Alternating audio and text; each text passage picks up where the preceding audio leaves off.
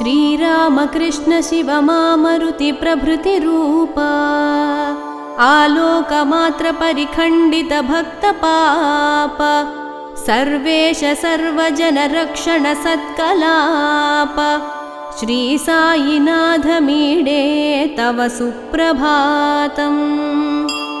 उत्तिष्ठोत्तिष्ठ साईश उत्तिष्ठ शिरडीपते उत्तिष्ठ द्वारकावासा उत्तिष्ठ मङ्गलाकृते उत्तिष्ठोत्तिष्ठ साईश उत्तिष्ठ शिरडीपते उत्तिष्ठ द्वारकावासा उत्तिष्ठ मङ्गलाकृते वन्दारु भक्तमन्दार समप्रभाय घोरघशैल परिखण्डन वज्रभाय दुर्वार दुष्टगणतिमिरलतालवित्रा श्री साईनाथ मीडे तव सुप्रभातम्।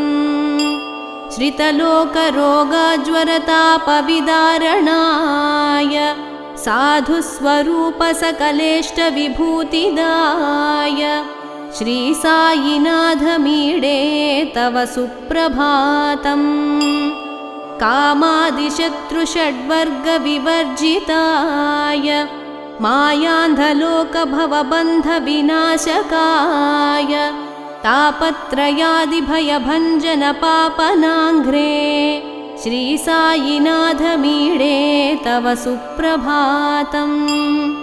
जन्म प्रयास विनिवर महाप्रभाव संसारपाश भयहारक साई देव भक्तस्य सेवन महाद्बाहुट स्वस्वभाव श्री साईनाथ मीडे तव सुप्रभातम्।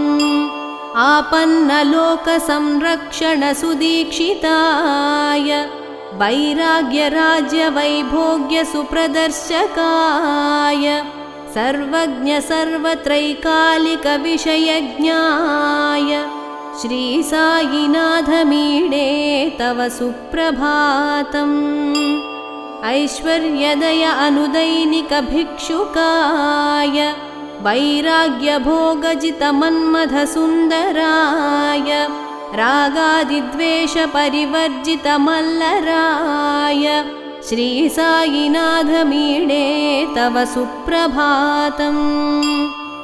भक्तावनाथ संजात समर्थ मूर्ते संस्मरण मात्र संतोषित दत्त स्फूर्त्रे दीनस्य दुःख सर्वस्व समूलहर्त्रे श्री साईनाथ मीडे तव सुप्रभातम्।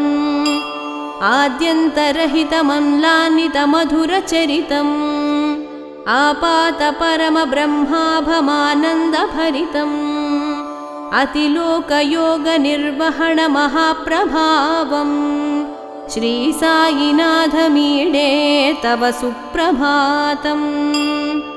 वाङ्मात्र निरोधित महाप्रलय कालन्ततुल्य वर्षुक जृम्भणाय अतिलोकयोग प्रदर्शन सान्द्र कीर्ते श्री साईनाथ मीडे तव सुप्रभातम्।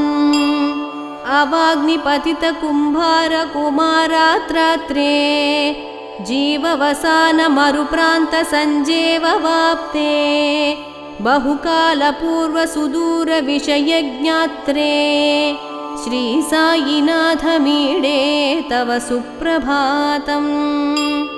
विजृम्भमाणमतमौढ्यकुलादिकानां प्राज्वल्य स्वार्थधनदाह महाग्निवेलां जातीय भाव सद्बीज सुशान्ति स्थापनार्थं श्री साईनाथ मीडे तव सुप्रभातम्।